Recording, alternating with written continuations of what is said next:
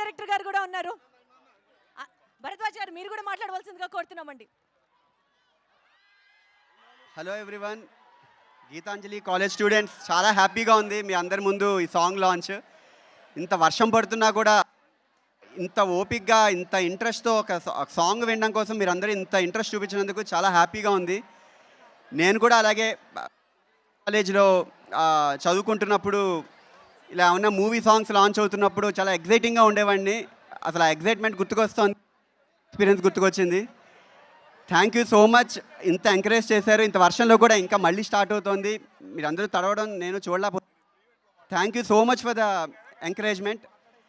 అందరికీ నచ్చితే 10 మందికి షేర్ చేయండి.